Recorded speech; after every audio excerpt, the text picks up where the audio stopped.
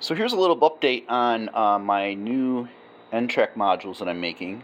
Working on the track work, I chose to do, I don't know, it's looking like, I'm not sure if it's my most complicated because I'm doing two reversing modules, but this is one of my coal modules, and my whole intent of making four modules is that these two modules I'll be able to test out my auto reversing module when I get done. So I'm kind of started with this one for that reason. And the second thing is that it's going to be pretty complicated.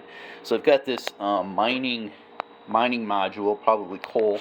I'm going to build a mountain back in here that this will feed into. This is the river mining Walters kit, and so there's plenty of room for that. And then one piece that's going to go in, I'll build a mountain up.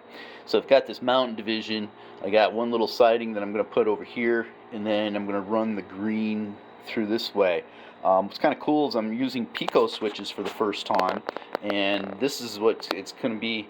It's kind of pretty challenging. So if I look at my track work, I've got obviously my red, my yellow, and my blue. And then what I'm going to do is I'm going to create a yellow-blue a blue siding here with my yellow-blue line coming through here, and then into my next module where I'll have an industry. Well, I'll do something similar to what I'm doing here with branches, but for parking the cars next to the industry. But this one has three, which threw a pretty difficult challenge. So right here in my Pico switch, obviously I got lots of details to take care of, like adding extra little ties. But as this comes in here, I've got two insulated joiners right here so that I keep my yellow-blue away from my blue line. And then putting these Pico switches has been pretty challenging. So this one will branch off. I've got a little spot, so maybe you can even do operations here. So maybe I can put a switcher here so that my switcher can run while the yellow, red, and blue are running, and someone can do a little bit of operations with this switcher that will go through here to this other industry to move some cars. But then I've got three cars that are going to go into here. So I should be able to do that. Now, you say, well, how do you do that? Well, the other thing, if you look in your N-Track, I need to move my mountain here just a second, and let me move this other track that was kind of demonstrating. I haven't put those down yet, but as I flip this over, one of the things that I'm going to have to do is, before I flip it over, I'm probably going to have to do a feeder here, and a feeder here in order to feed into my switches, because I got to insulate the frogs here. I've got feeders ready to roll here at this point so that I can isolate. I need to do that because I have to isolate this section, these two rails, from the blue line. So I've got a feeder here. I'm going to have a feeder here, a feeder here, and a feeder here. Alright, then there are a couple other things I'm going to have to do, and I'll roll this up so I can show what's going on. Here's those feeders. I made them really long because I wasn't sure how long they were going to need to be. But I've wired my red, my yellow, and my blue. But notice that here's my blue feeding into here with a double pole, double throw switch.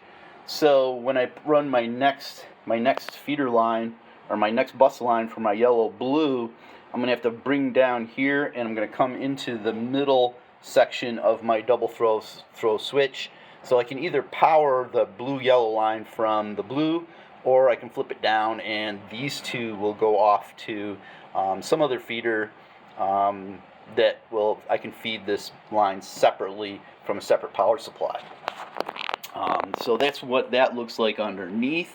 So far, like I said, I've got the yellow, blue, and red kind of done. Actually, they are done. I just have to do the yellow-blue, which is going to be quite the challenge because I'm going to be bringing down all those. I got like 6 feeders that I got to do in order to put those in place, as well as feeding from here for my power to that track.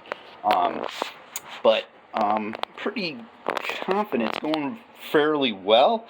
My biggest trick was trying to get this connector in here. I tried to use, I ruined 2 or 3 tracks before I finally was able to get this in place and keep the rails with the right gauge, because it's such a short line. There's only like 5 ties here before I got the rail joiners, so I'm going to have to do a little bit of jury rigging here to get another tie in here and another tie into here. and obviously some ties. That's what I got to feed in and fix up a little bit later. But that's the progress on here. That's where I am on this module. I think it's probably the most complicated and challenging one. Again, I'm not finished, but so far so good. I've got all the switches in place. I've got the bumpers in place. It's just a matter of putting the track in, running the feeders, and soldering things together. And then I'll have the track done on this one. But kind of feeling pretty good about where I was, so I had to make a video.